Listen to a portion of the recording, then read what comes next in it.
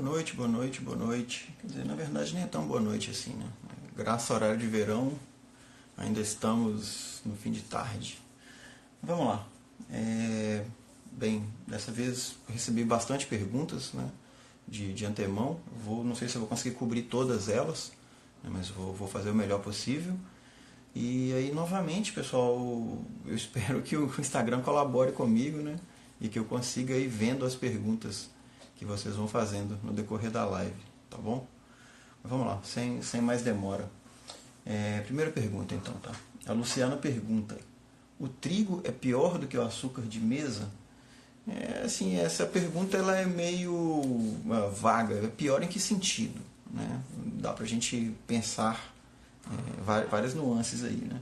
Por exemplo, de cara, o índice glicêmico do trigo é mais alto do que o índice glicêmico do açúcar, né? Então isso já é um fato bastante conhecido, né? Você comer uma colher de trigo puro, né, farinha branca, vai elevar a sua glicemia mais rápido do que você comer uma colher de açúcar, tá? Bem, além disso, o trigo tem glúten, né? O açúcar não tem, açúcar é um carboidrato puro, né? O trigo, basicamente, ele é composto de amido, né? O amido acelular que a gente fala, quando você moe o grão de trigo, o que sobra é basicamente amido, né? com um bocadinho de glúten em cima. Tá? Então, assim, eu acho que se você tiver que escolher, se eu estivesse num mundo onde falar, você é obrigado a comer ou trigo ou açúcar, qual você escolhe? Eu comeria açúcar, tá bom? Porque, principalmente pela questão do glúten, no caso, né? O índice glicêmico nem me preocupa tanto, não. Tá? Então, Luciano, assim, direto à sua pergunta, né? Quando você pergunta o que é pior, difícil dizer, tá? Mas assim, acho que se eu precisar escolher eu escolheria comer açúcar e deixaria o trigo de fora, tá bom? Ainda bem que eu não preciso escolher. Vamos lá. O Rodrigo perguntou o seguinte: inspirado no artigo sobre protetor solar que eu postei essa semana, né? Eu fiz um post sobre protetor solar e sobre como que a incidência de cânceres ligada com o uso de protetor solar, não só de câncer, mas de outras condições, né? Porque como a nossa pele precisa de luz solar para produzir vitamina D, né? E a vitamina D produzida na pele não tem o mesmo efeito no corpo do que a vitamina D que você come, que você toma como suplemento, né? Então, assim, existem diferenças e o protetor solar pode estar influenciando nisso aí. Mas então, a pergunta do Rodrigo é: inspirado no artigo sobre protetor solar, você poderia falar sobre dieta carnívora e o efeito no sunburn, caso possível? Olha só, esse efeito, na verdade, assim, eu já tinha ouvido falar, mas nunca tinha dado muito ligança para ele, não. Tá? Eu fui pesquisar e assim, eu não consegui encontrar estudos diretamente sobre isso. Um cara que é um dos grandes defensores, esqueci o nome dele agora. Não vou me lembrar o nome do sujeito agora, mas eu dei uma olhada no Twitter dele, vi alguns estudos que ele indicou e tudo mais. Qual que é a aposta dele, a aposta que ele faz? Quando na dieta ocidental, né, a gente come muita gordura ômega 6. Né, onde que o ômega 6 existe, né, ele está mais presente em óleos vegetais industrializados. Né, então, óleo de soja, milho, girassol, cártamo, canola, essa porcariada toda. E, bem, quando você come um tipo de gordura dessas, ela vai, em última análise, ela vai acabar compondo as membranas celulares, né, de todas as células do seu corpo, inclusive nas células da pele. O que se sabe? O André está falando que o Shawn Baker fala isso, e eu vi muita referência ao Shawn Baker mesmo, mas não foi exatamente ele que eu li, não. Eu li coisas dele também. Esse outro cara eu me esqueci o nome, tá? Mas beleza, o Baker é um dos caras assim. Então a hipótese deles é essa. Quando você come muita gordura ômega 6, ela vai compor as membranas da sua pele, né? Na verdade, as membranas de todas as suas células, inclusive as células da sua pele. Tá? E a gordura ômega 6, as gorduras ômega 6, elas são muito sensíveis à luz ultravioleta. Então, quando você expõe essa gordura, esse tipo de gordura à luz ultravioleta, ela oxida muito rápido. Né? Então, por exemplo, alguns estudos que o cara citava, né? Realmente não era o Baker não, tá? Mas depois eu vou me lembrar do nome dele. Ele mostrou, por exemplo, que ratos, os caras em laboratório pegaram uma espécie de ratinhos sem pelo, né? Ratos carecas, né? E colocaram, esses ratos eles tinham hipersensibilidade de contato, né? Que é uma condição que afeta a integridade da sua pele, né? As pessoas quem tem esse tipo de hipersensibilidade, ela tem tendência a pele reage mal a contato físico mesmo, né? Entre outras coisas, claro. Mas alimentar esses ratinhos com dietas com diversos tipos de gorduras e depois expuseram os ratos à luz ultravioleta e viram quais deles tiveram maior incidência de tumores, por exemplo, né? Maiores estragos na pele. Perceberam isso, né? Uma dieta, no caso dos ratos, quando colocaram dietas mais ricas em gorduras saturadas, né? Ou que são mais estáveis, né? Do que as gorduras poliinsaturadas, né? Que são os ômega 6, esses ratos eles sofreram menos, né? Menos problemas de pele. Tá? Assim, novamente, é estudo feito com rato, não prova que isso acontece em humanos. Você tem que ser coerente. Né? Sempre que vem alguém falar mal de low carb, usando um estudo que teve ratos, a gente fala, não pode extrapolar para humano porque o estudo foi feito com rato. Isso é verdade. A mesma coisa que agora. São estudos que estão, vamos dizer assim, eles estão falando bem, né, das gorduras saturadas.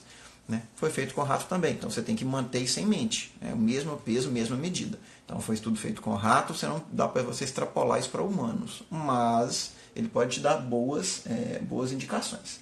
Tá? E além disso, anedoticamente, eu entrei uma porrada de fórum sobre dieta carnívora, muita gente fala que depois que passou a adotar uma dieta carnívora, passou a ter menos queimaduras de pele quando fica exposta ao sol. Né? Mas assim, não é unânime. A maioria disse que isso aconteceu, mas muita gente falou que não mudou e alguns falaram que queimou até mais.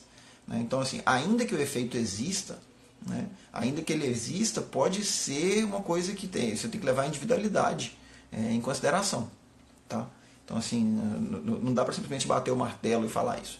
E de qualquer maneira, né, uma dieta mais pobre em gorduras ômega 6, ela não tem que ser uma dieta necessariamente carnívora.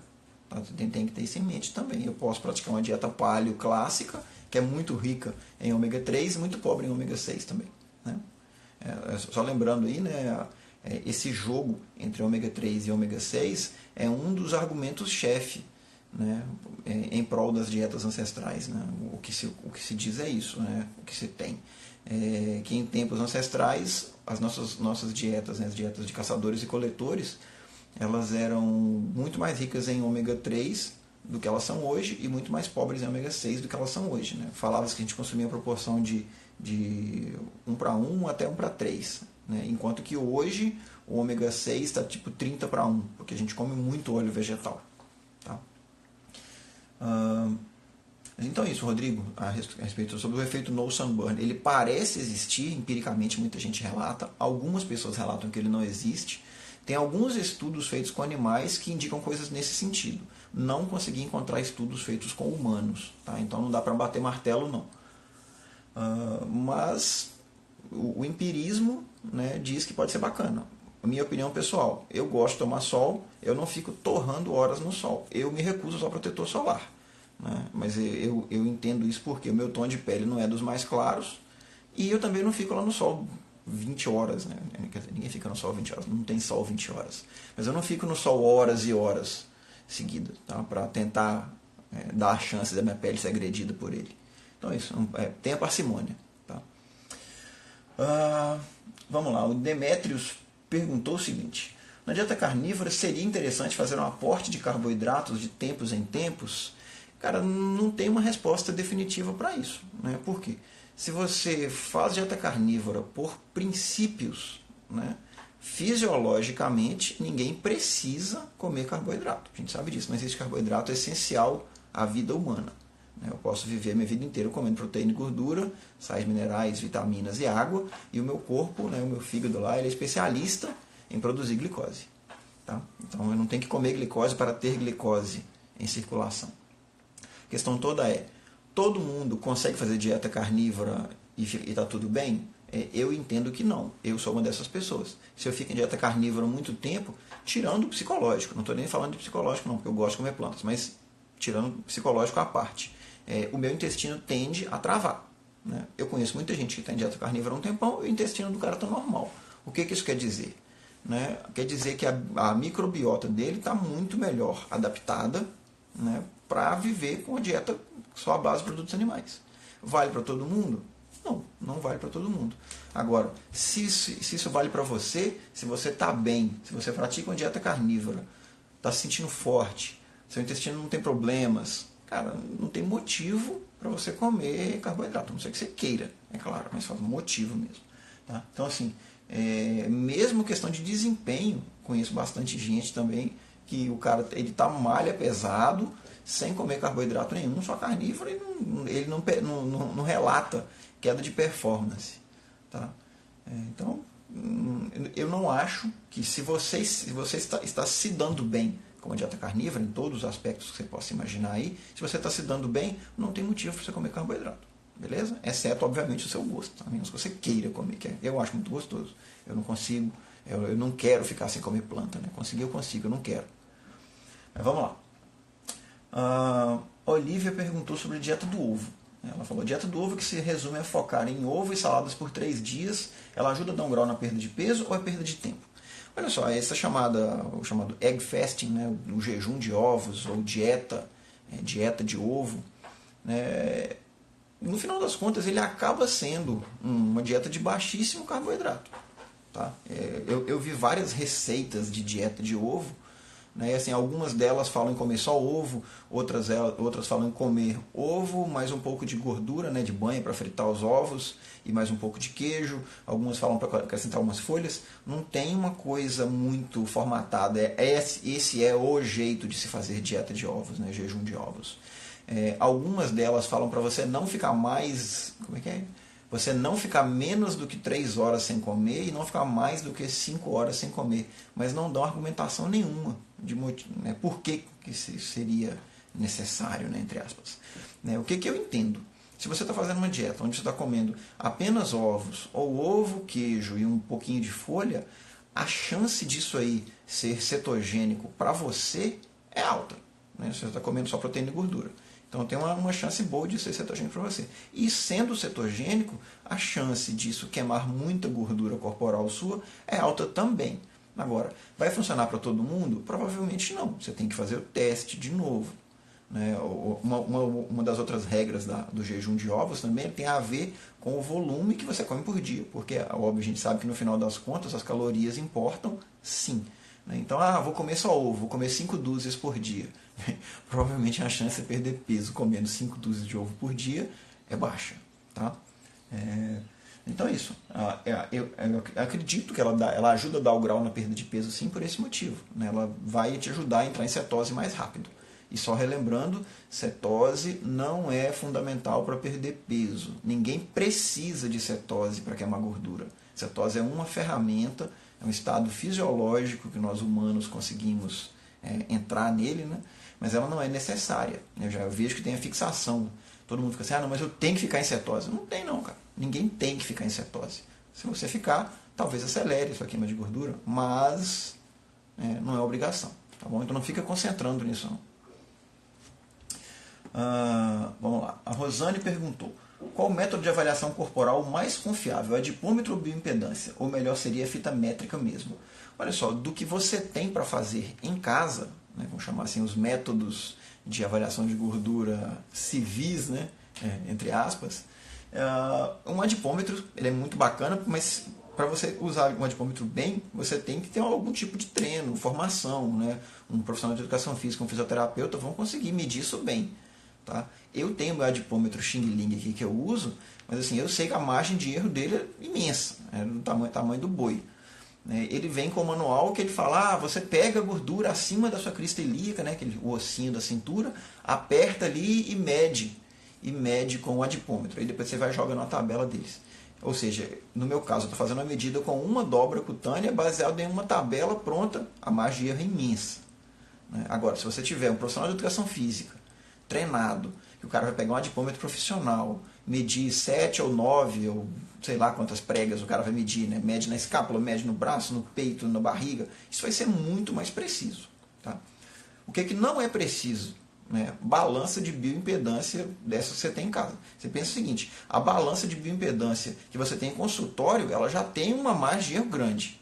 Né? Porque a bioimpedância ela varia com o tanto de água que você bebeu no dia anterior. Tem muita variável envolvida aí. Né? Então, assim, se nem aquela balança de bioimpedância do consultório do fisioterapeuta, do nutricionista, se nem ela é muito confiável, que dirá que você tem em casa no seu banheiro. Tá? Então, assim, balança de bioimpedância caseira, esquece. Né? Quer dizer, esquece não. Estou sendo radical demais. Você pode usar a balança para medir a variação do seu percentual de gordura, mas não o percentual de gordura. Né? Porque o que isso quer dizer? Pensa o seguinte, a balança, o erro que está embutido na balança, digamos que a sua balança erre 10%. Né? Ela vai errar 10% hoje, vai errar 10% amanhã. Ela vai errar 10% todos os dias da vida útil dela. Tá?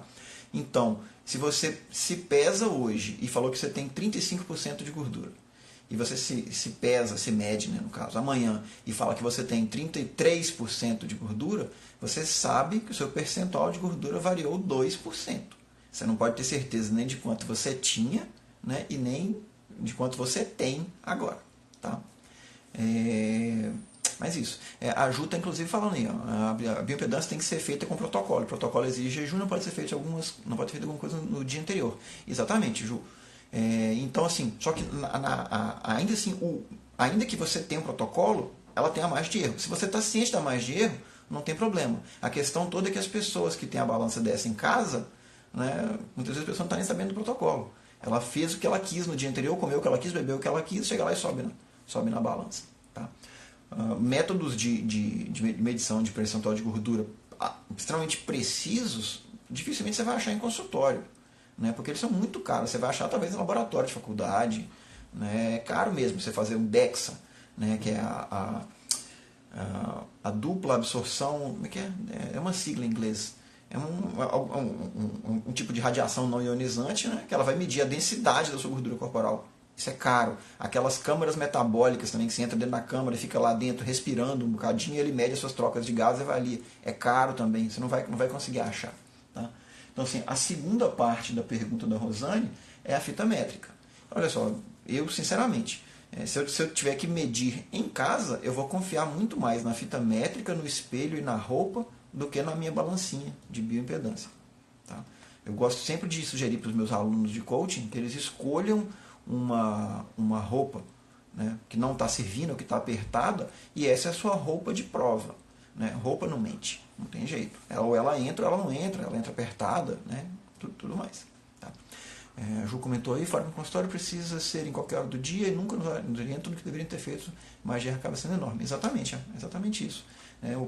Você tem um protocolo a seguir, você tem primeiro um método que tem margem de erro por natureza, e depois um protocolo que você não tem orientação e ninguém segue. Então, assim, bioimpedância, eu costumo torcer o nariz. Tá? Eu só uso quando eu quero medir variação, não quando eu quero saber valor exato de percentual de gordura.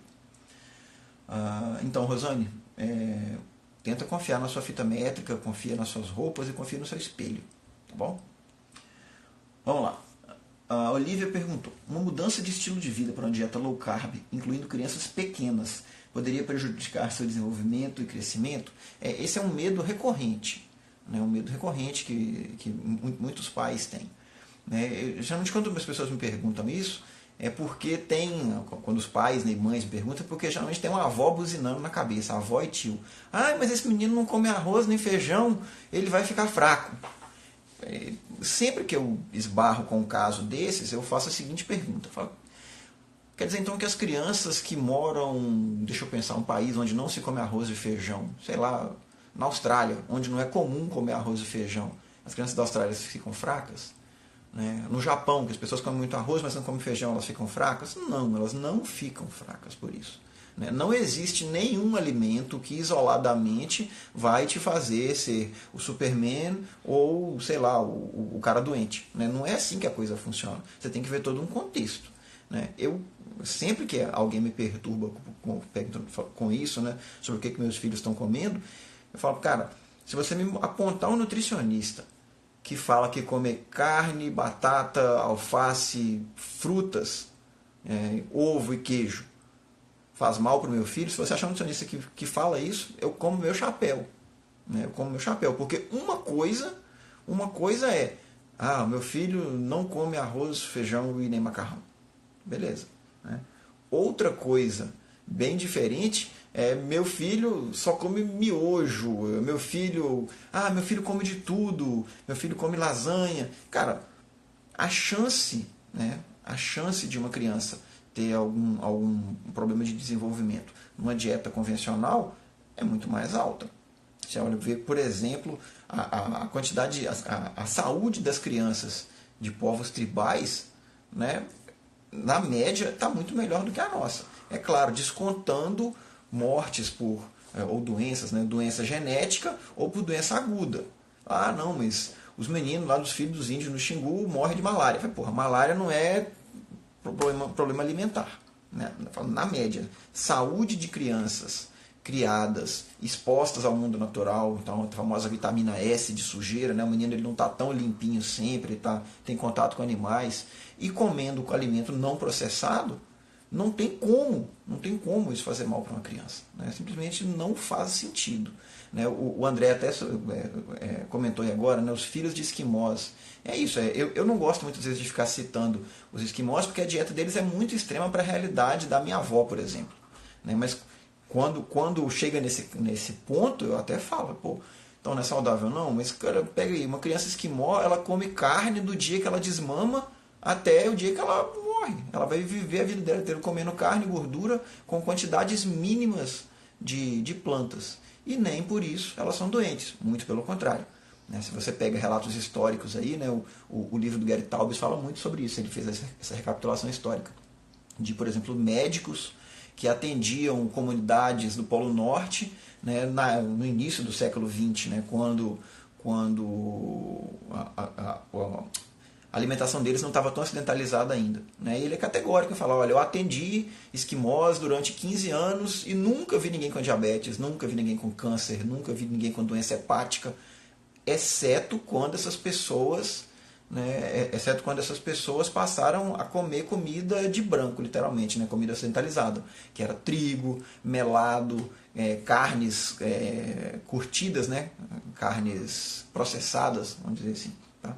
Então, não tenha medo de dar para o seu filho comida de verdade. Comida não existe motivo para estar faltando nutrientes ali. Mas uma redução absurda. Né?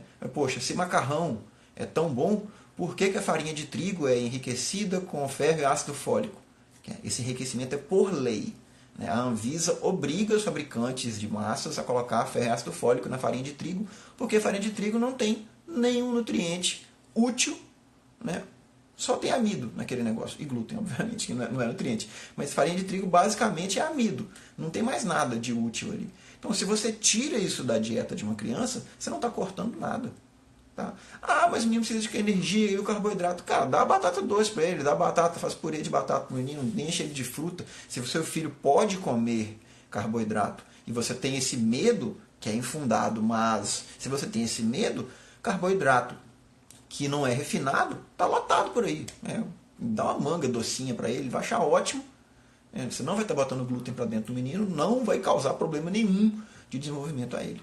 Né? Muito pelo contrário, as dietas com comida de verdade têm densidade nutricional muito mais altas, né, do que uma dieta padrão ocidental, né, que a gente está habituado a dar para a molecada. Né? Papinha cheia de conservante, lotada de sódio, com tudo, um monte de excessos, quando não, né? quando os pais já não começam a dar batata frita, salsicha, porcaria para a molecada comer. Tá? Lembra sempre que assim, uma criança é uma casa em construção. Né? Se você está fazendo bases ruins para a sua casa, né, você não pode esperar que o desfecho, né, que a construção fique sólida lá na frente. Né? Você pode até esperar, mas você está literalmente dependendo de sorte. Né? E sorte não chega para todo mundo. Beleza? Vamos lá. A Ângela perguntou, lentilha de vez em quando pode, né? Pode, claro que pode. Né? Eu sou um grande defensor das leguminosas hoje em dia. Né? Quando eu comecei a praticar a dieta paleo, eu parei de comer leguminosas. Então, cortei o feijão, cortei a lentilha, cortei a ervilha, cortei o grão de bico e cortei o amendoim. Tá? Porque eu li naquela cartilha, né? Eu li o livro do Loren Cordain, lá e o Cordain fala que leguminosas não são paleo, então você não pode comer leguminosas. Então, eu cortei as leguminosas. Só que a gente cresce. Né? A gente cresce. E assim, o Dr. Loren Cordain não sabe tudo, ele não é Deus, né? Ele não é a sumidade. Né? Então, à medida que você começa a ler um pouco mais, você vai vendo estudos, né? E você vê que as leguminosas elas podem caber na sua dieta, se você gosta de plantas, se você gosta de leguminosas, desde que você tome determinados cuidados. Por exemplo, se você quer ficar dentro do mundo low carb, você não pode sair comendo leguminosa a rodo, porque leguminosa tem mais ou menos 20 a 25% de carboidrato. Feijão tem carboidrato, amendoim tem, lentilha, ervilha, grão de bico, né? Então, beleza. Se você quer comer, primeiramente, saiba disso, né? Depois, como é que você prepara? Sabe-se que toda planta, né, e aí assim, é toda planta mesmo, tem suas defesas naturais. Então, as plantas, em via de regra, elas não querem ser comidas. Tá? Então, para isso, ela tem suas defesas. Especificamente, né, o ácido fítico, né, os famosos fitatos, as lectinas, né, são as mais conhecidas, né, são as defesas mais conhecidas das plantas. Elas estão presentes em todas as plantas, tá? Não se engane, não acha que a sua manga não tem defesa, que o seu alface, todos eles têm defesa. A questão toda é uma questão de concentração. Algumas têm mais, outras têm menos. Tá? E as leguminosas têm bastante, né? Bastante defesa natural. Então tá, mas eu adoro comer lentilha, como é que eu vou fazer? Primeiro passo, você pode demolhar suas lentilhas, deixa ela de molho um tempinho, né? Já tem um monte de estudo que mostra isso. Só o fato de você demolhar já vai tirar um bocado desses antinutrientes aí. Demolha, joga a água fora. Depois, na hora de cozer, né? Deixa cozinhar, cozinha na pressão, geralmente, né? Para economizar gás na sua casa, você cozinha na pressão e descarta a água de novo. Tá? Eu vi um estudo que falam que só isso, de demolhar e cozer e depois descartar a água de cozimento, isso já vai reduzir os antinutrientes, sei lá, uns 60% a 70%. Tá? Então, amo comer sopa de lentilha. Cara, coma, prepare com cuidado e não coma um caminhão depois. Ou então tira aquele dia, né? Aquele dia. Hoje eu tirei para abusar do carboidrato. Vou comer um monte. Né? Por exemplo, se eu olhar na minha despensa agora, eu comprei um saquinho de grão de bico. Em algum momento do tempo aí eu vou fazer aquele petisco de grão de bico, né? Que é que você cozinha grão de bico ao dente e depois você passa sal e páprica e assa. Né? E já vai ficar um negócio mais ou menos crocante, uma pipoquinha. Para comer de vez em quando, eu não vejo problema. Via de regra, Wilton, como, sei lá, 20 gramas de amendoim todo dia. Eu sei que amendoim pode estar contaminado com fungo, eu sei que pode ter um bocadinho de fitato, mesmo amendoim sendo torrado, mas ainda assim eu tenho optado por comer. Isso tem me deixado mais feliz. Tá? Eu gosto de comer amendoim. Né? A Sil falou aí, realmente eu tinha me esquecido disso. Uma outra técnica para você reduzir antinutriente é você fazer germinação. Você pode germinar as suas leguminosas. Né? Quem é craque em fazer germinação são as pessoas do mundo vegano. Né? Fica muito gostoso, né? Fica mais palatável e fica mais saudável você fazer a germinação. Tá bom? Eu nunca fiz, né? Mas tempo ao tempo, ainda dá para fazer. Estou vendo que o André fez um comentário, acho que sobre a pergunta anterior. Ele falando que a densidade nutricional melhora a nossa imunidade, se referindo às crianças. Exatamente. Né? Comida de verdade é altamente densa em nutrientes. Né? Se você tiver uma dieta variada, né, você vai estar obtendo tudo que você precisa, vai estar oferecendo para os seus filhos tudo que eles precisam para crescer fortes e saudáveis. Tá? Varia bem. Fruta, verdura, legume, carne, laticínio, se ele for tolerante, né? E vai embora, cara. Simplesmente fuja dos industrializados que você já vai estar bem na fita. Vamos lá. A Ana Cecília falou o seguinte: estava vendo agora há pouco um vídeo sobre o hormônio irisina. Nele falava que esse hormônio previne Alzheimer e que é produzido pelo exercício físico. Gostaria de saber com qual frequência para ativá-lo ou se podemos suplementá-lo. Eu tinha visto uma referência à irisina há pouco tempo, né? O estudo é bem recente, saiu esse mês, parece que a publicação dele, mas eu fui estudar um pouquinho e fui recapitular, né? Ver o que era a irisina, de onde que ela vinha. Tá? Então, olha só, a irisina é um hormônio que foi descoberto em 2012, né? Foi a primeira vez, né? Até uma parte aí, né? A gente sempre lembrar que a medicina não está 100% resolvida. Na verdade, eu tenho certeza que a medicina, o que a gente não sabe ainda, é muito mais do que o que a gente sabe.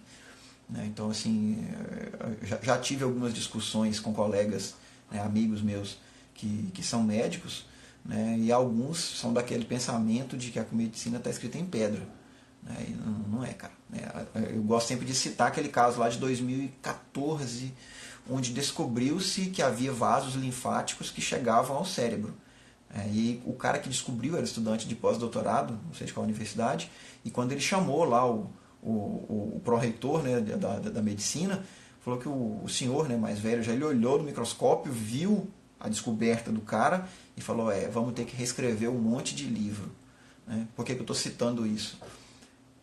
Desde a década de 50, 60, que a medicina já afirmava com todas as letrinhas que não havia vaso linfático chegando ao cérebro. Né? E isso aí, por exemplo, inviabilizava a hipótese de que, por exemplo, o Alzheimer possa ter um fundo autoimune. Né? Como não tinha vaso linfático chegando, o célula do sistema imune nunca ia poder chegar ao cérebro. Né? Daí já se descartava que Alzheimer fosse uma doença autoimune. Com a descoberta do rapaz lá, né, que achou o vaso linfático chegando no cérebro, a hipótese foi ressuscitada. Então, não se tem certeza de que o Alzheimer seja uma doença autoimune, mas agora ele passou a poder ser. Então tem gente pesquisando. Tá? Mas vamos voltar na erisina aqui. A erisina foi descoberta em 2012, né, detectou-se que ela é liberada durante exercício aeróbico moderado, né, e foi a única referência que eu achei foi exercício aeróbico moderado. Então, se você pegar isso aí, já está um pouco alinhado com, por exemplo, o que o Mark Sisson fala. Né? O Sisson ele é terminantemente contra o exercício físico de longa duração, né? Maratona, corrida, triatlon, e assim, o terminantemente contra, assim, as palavras dele são, não é que você não pode fazer, se você quer fazer por prazer, faça tomando os devidos cuidados, né? De fazer suplementação de antioxidante e tudo mais. Então, assim, ele não critica quem faz, ele não está falando para as pessoas não fazerem, ele só aponta para os problemas que a gente sabe que existem.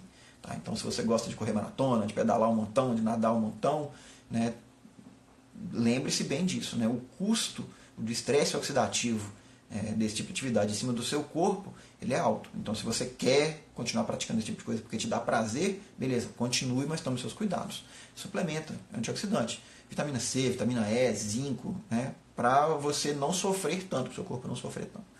Mas só pegando o gancho, voltando ao assunto inicial, né, saindo do gancho, na verdade.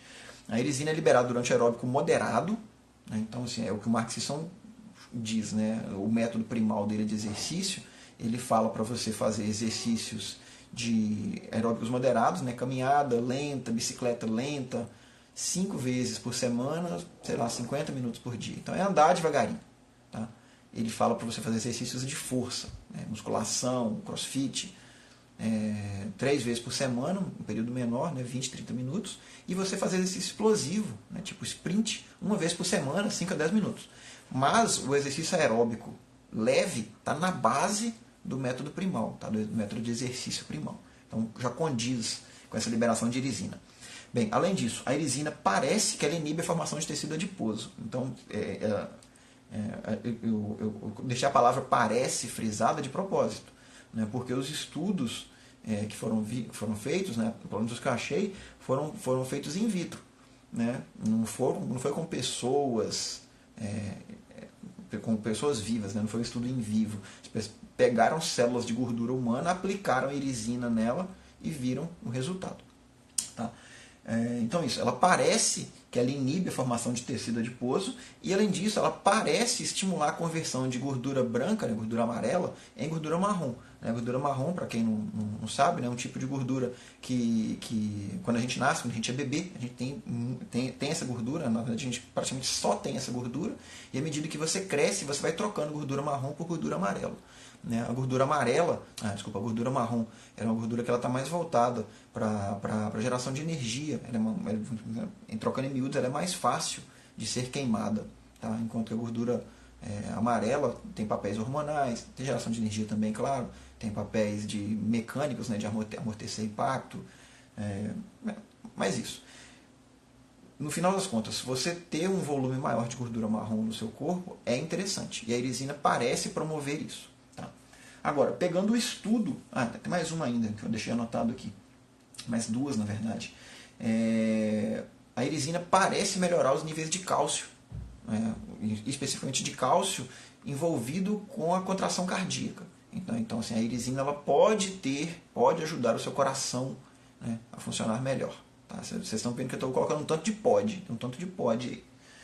E ela parece reduzir a formação de placa ateromatosa. Né? Então as placas as placas que, em última análise, poderiam causar entupimento, né, estenose ou trombos nas artérias, a irisina parece reduzir a formação. Tá? Bem, óbvio que não adianta você ter a sua irisina toda no lugar, né, e assim, eu achei até engraçado isso, né, os artigos que eu li tem sempre aquele viés da indústria farmacêutica. Então o cara fala, como a irisina parece inibir a formação de tecido adiposo, como a irisina parece transformar a gordura amarela em gordura marrom, como ela parece reduzir a formação de placas, vamos fazer um remédio, sempre isso, né? Vamos fazer um remédio, um suplemento de irisina.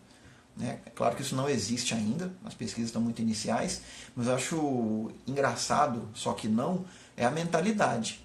Né? Eu já tinha visto isso no passado, né? Eu já tinha visto isso no passado falando sobre... foi quando a parte de corpos cetônicos, né, começou a cair nas graças da medicina convencional, deve ter uns 2 anos isso. Aí o artigo era assim, médicos descobrem um novo combustível alternativo, né, para o cérebro.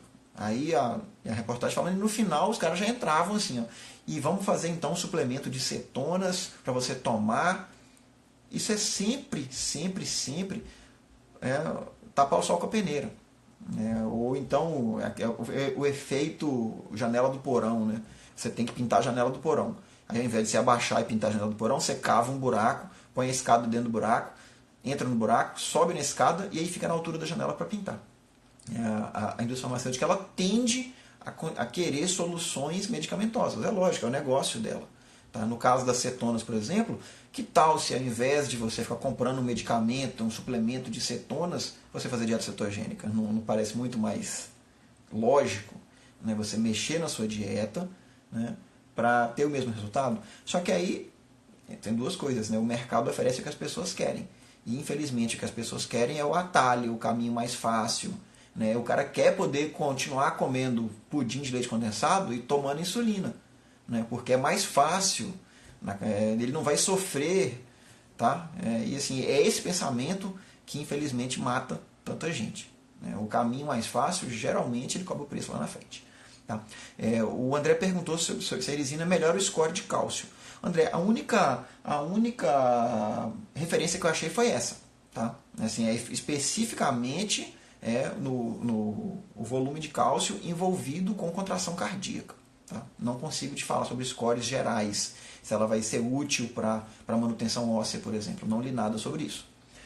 Mas beleza, então, a ligação da irisina com Alzheimer, ela veio agora em 2019. Tá?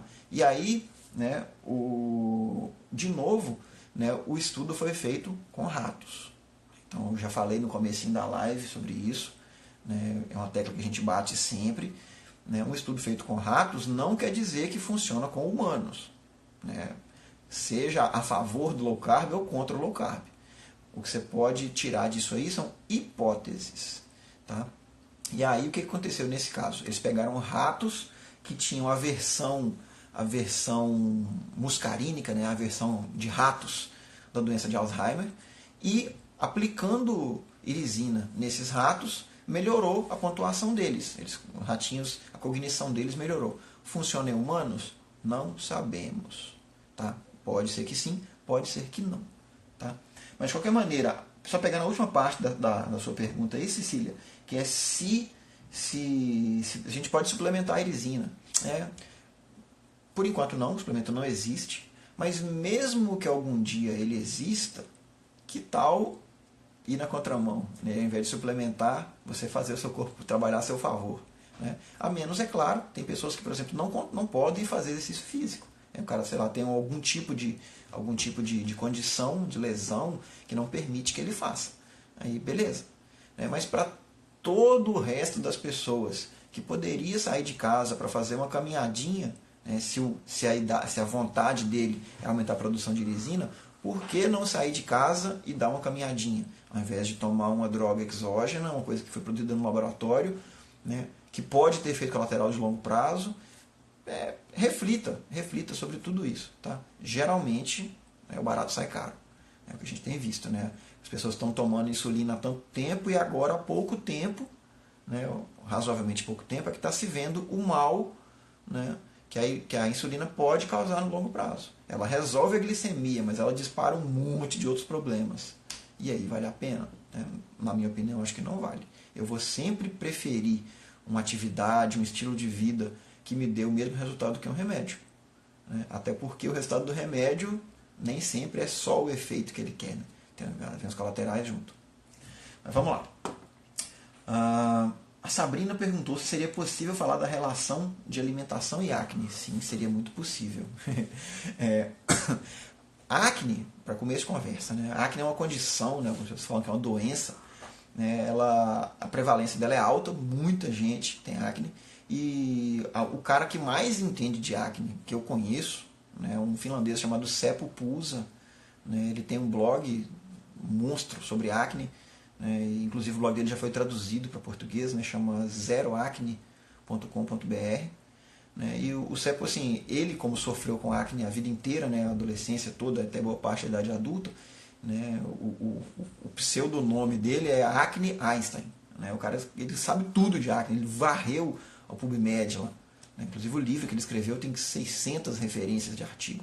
Né? E ele mostra uma série de fatores, né, que disparam ou que atuam na formação da acne. Tá? Então, assim, a acne tem fator psicológico? Tem. A acne tem fator genético? Tem também. A acne tem fatores que estão ligados ao seu estilo de vida? Aí é onde mais tem. Né? A acne tem fatores imunes? Tem também. Então, por exemplo, sabe-se que com pessoas com intestinos piores, né? Pior no sentido de ter disfunções intestinais, né? O cara tem SIBO, tem síndrome do intestino irritável, tem síndrome, doença de Crohn, essas pessoas tendem a ter mais acne. Tá? Além disso, pessoas com produção excessiva de sebo, né, tendem a ter mais acne também. Tá? E a produção de sebo ela é mediada por um monte de coisas.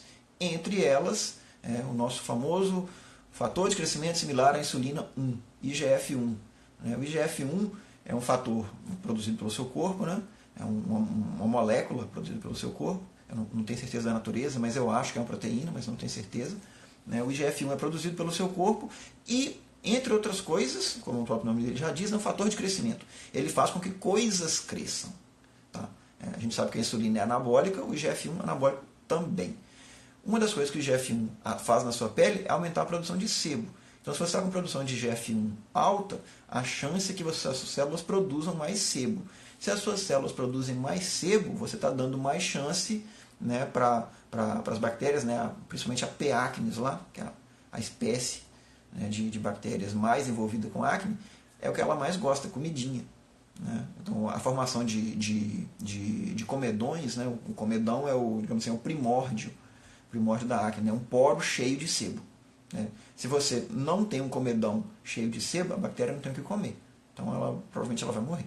Tá? Mas isso, o que o Seppo fala sempre no livro dele, né? que eu recomendo, inclusive, tá? Chama De Cara Limpa, o livro dele, a versão em português. Entra lá no site zeroacne.com.br que você vai achar o livro lá. Mas o que ele fala é isso, você tem que fazer um ataque multifatorial, né, até você descobrir o que causa a sua acne. Né? Porque, por exemplo, uma pessoa que tem acne por motivos psicológicos, né, o estresse, por exemplo, não adianta ela tratar a alimentação, ou adianta muito pouco. Tá? Mas se se a acne dela é derivada de estresse mais alimentação, vale mexer na alimentação? Vale. Né? Sabe-se, por exemplo, tem pessoas que quando param de consumir laticínios, a acne some. Né? Porque a gente sabe que, né, o leite ele é bastante insulinogênico, ele mexe no IGF-1. Tem pessoas que não se dão bem com a caseína, né, proteína do leite, a principal proteína do leite. Né? Dá para mexer num monte de coisa. Tá? Então, tentando resumir a sua pergunta, qualquer tipo de acne está ligado com a alimentação? Não. Vale a pena investir na alimentação melhor para tratar a sua acne? Vale. Né? Se a alimentação não estiver ligada com a sua acne, no mínimo você vai ter conseguido a alimentação melhor. Tá? E se estiver ligada, talvez você cure a sua acne. Olha que legal. Tá bom? Vamos lá, mais uma. A Sil está perguntando. O jejum atrapalha pedras na vesícula? O jejum para a mulher deveria ser de menos horas? Olha só, assim,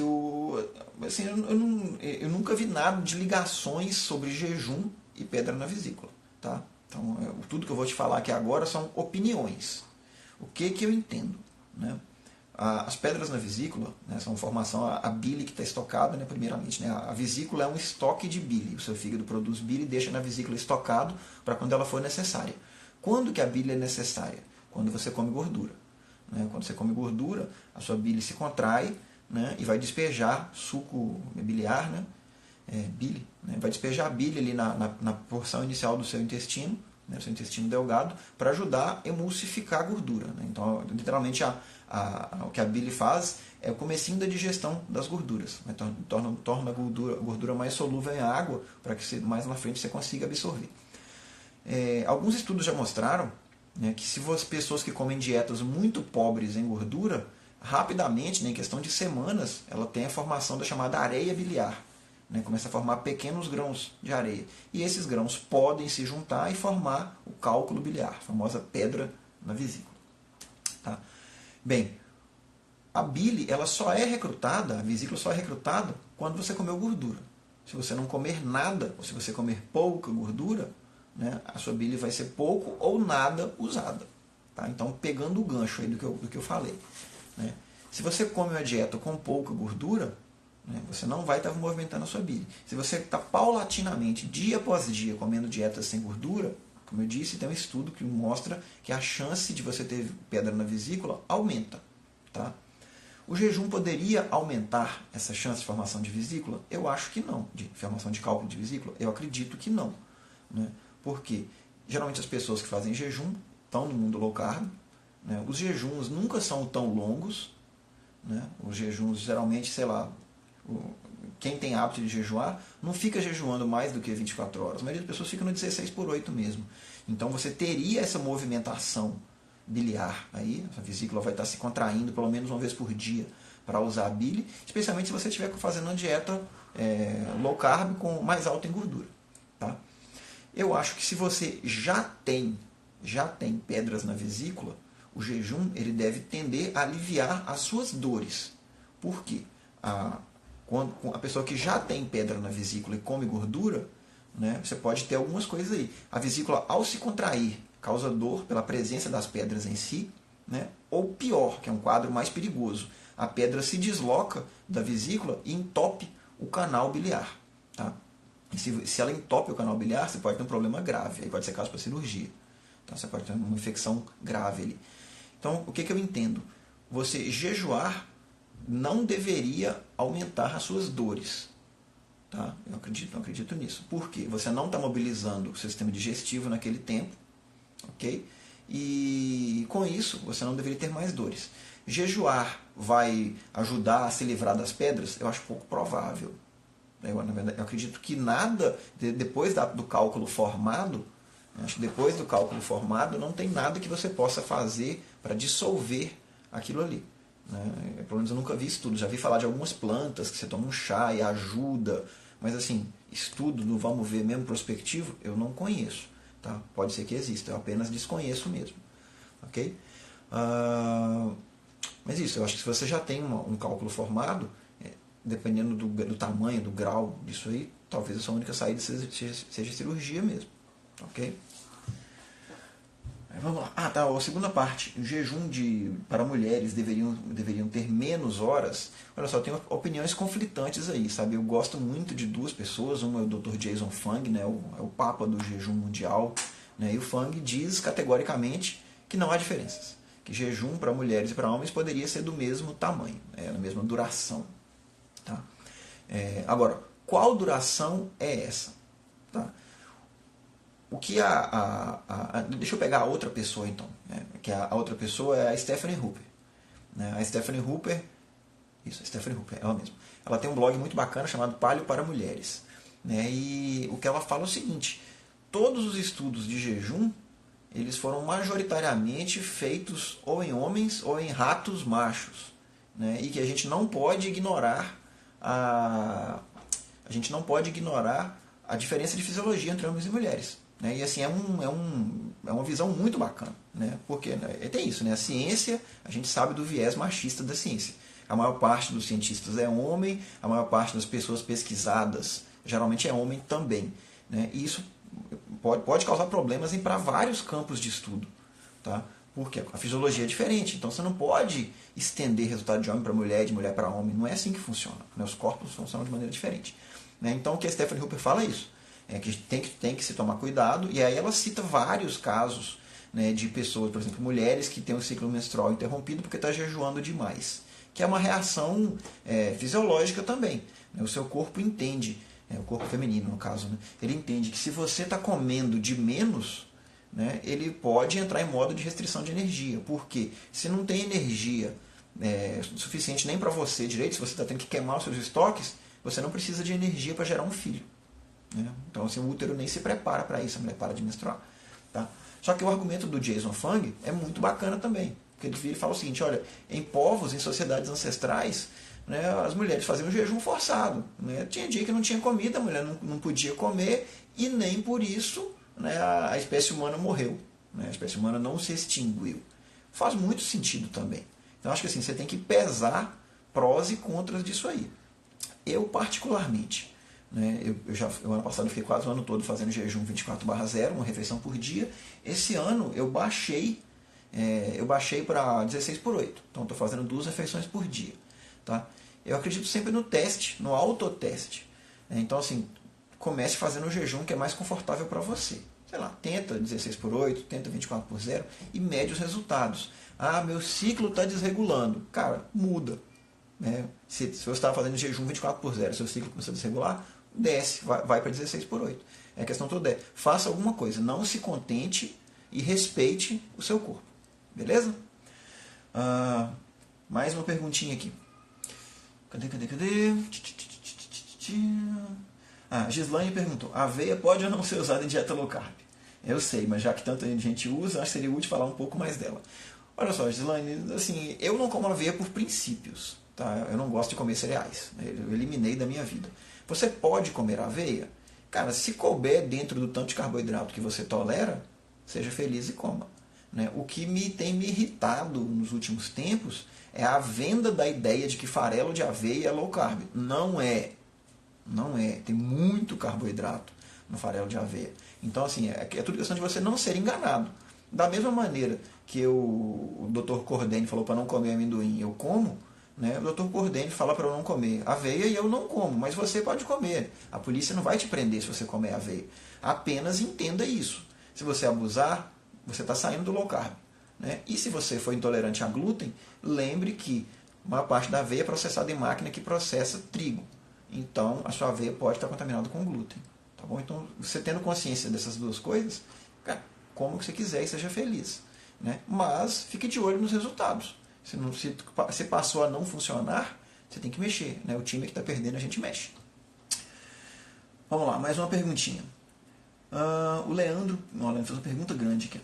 Como o tipo de preparo influencia nos nutrientes do alimento? Quais recomendações? Se der para falar também sobre tipos de panela. Não sei se o impacto delas na nossa saúde é relevante, mas fico com receio de fazer um investimento maior e cair num mito ou jogada de marketing. Por exemplo, diz que as panelas de ferro fundido deixam o alimento com mais ferro. Mas é realmente benéfico mesmo para quem já segue uma alimentação com comida de verdade? Então olha só. Eu fiz uma pesquisa rápida e eu vi o seguinte. Se você cozinhar em panelas de ferro, o teor de ferro no alimento tende a aumentar, sim. Eu achava que era balela, mas achei vários estudos falando isso. Se você cozinhar em panelas de aço inox, o teor de níquel e cromo, que são componentes do aço inox, aumenta também. Aumentar o teor de níquel nem é tão interessante. Né? O níquel é um metal que fica tóxico rapidamente. O teor de cromo já é mais interessante. Você aumentar. Mas, de qualquer maneira, tem algumas restrições aí. Tá? Por exemplo, para você conseguir extrair esse ferro da panela de ferro, vai conseguir extrair melhor se você usar alimentos mais ácidos. Por exemplo, se você está fazendo molho de tomate em panela de ferro, né, você vai conseguir extrair mais ferro para o molho de tomate do que se você estiver preparando, sei lá, por exemplo, arroz. Arroz, ele não vai conseguir extrair tanto ferro da panela, porque o arroz é menos ácido. Tá?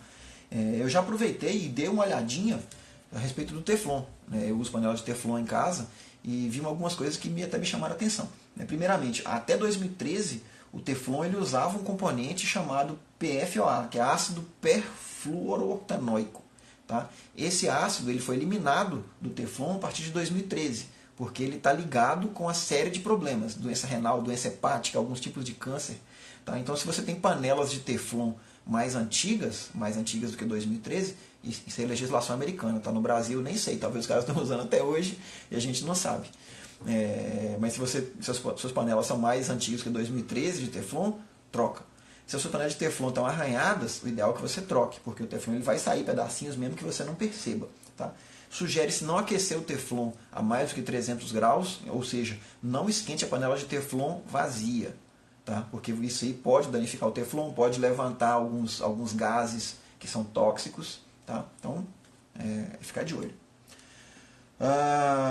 E o tipo de preparo influencia no alimento, óbvio. Né? Se você prepara, por exemplo, um brócolis no vapor, o brócolis vai perder muito menos nutrientes do que se você procurar o brócolis, se você preparar o brócolis, né, na água. Vai sair nutriente na água. Tudo que você fizer cozido com água, vai sair nutriente ou antinutriente, vai sair na água. Tá? Tudo que você fizer no vapor ou no micro-ondas a seco, vamos dizer assim, vai preservar mais os nutrientes e os antinutrientes. Tá bom? A Patrícia pediu para falar sobre micro-ondas, forno a gás e air fryer. Eu acho que nesse mesmo contexto. Olha só, o micro-ondas, eu já vi muita gente me criticar porque eu uso micro-ondas, e eu falo sempre o seguinte: quem tem medo de micro-ondas e não tem medo de celular, meu amiguinho, você está perdido no mundo, você está enganado. Tá? Porque os dois, apesar do tipo de radiação não ser a mesma, né, digamos assim, é da mesma família. Radiação não ionizante. Radiação de micro-ondas não é aquela que deixa as coisas radioativas.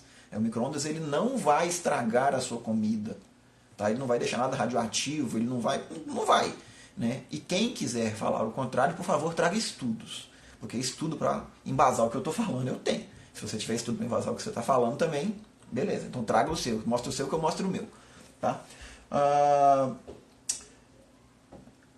Sobre micro-ondas. O que é seguro? É mais seguro se você ficar mais longe do micro-ondas enquanto ele está funcionando. Porque apesar do micro-ondas ter um isolamento interno para as micro-ondas não saírem, quanto mais longe você ficar dele, melhor. Tá? Mas a comida em si não vai ficar radioativa, não vai te causar câncer, não vai causar autismo no seu filho, não é isso. Tá? Não é isso. Beleza? E deixa o desafio aí, tá? Quem achar que micro-ondas causa problemas desse tipo, por favor, traga estudos. Pessoal, olha só, ficou mais uma perguntinha aqui para o final. A air fryer ela é revestida com Teflon, então acaba caindo no mesmo quesito. E no finalzinho aqui, o Wesley pergunta se tem algum plano de treinamento em academia que melhor respeita a mentalidade low carb. Cara, eu já falei, refalo e não canso de me falar. Procurem o Felipe Piacese, @fpiacese no Instagram. Tá? O Felipe é um formado em educação física, pratica low carb, a esposa dele é nutricionista low carb também. O Felipe está muito antenado na ciência do exercício, né? E ele tem um programa de treinamento fenomenal. Eu ia falar outra palavra com F, mas fenomenal serve. É ele que desenha os meus treinos, adaptado para o meu ombro. Hoje eu deixei até cicatriz de fora aqui. Adaptado para o meu ombro ruim, tá bom? E os treinos dele são fenomenais. Então entra no Instagram dele, @fpiacese, ou no site dele, que é o coach.treinoqualitativo.com.br. Tá? Vocês não vão se arrepender. Tá? O treino, ou vão, né? Você vai acabar o treino deitado no chão chamando a mamãe, porque o negócio é puxado mesmo. Beleza? Pessoal, tá fechando aqui a minha 1 hora de live. Né? Eu acho que eu consegui cobrir todas as perguntas. Alguém perguntou sobre kombucha, eu vou deixar para responder depois, tá bom? Porque a minha horinha fechou e eu tô com a boca pregando já. Preciso tomar água e tomar um banho. Um grande abraço para vocês e obrigado pela audiência.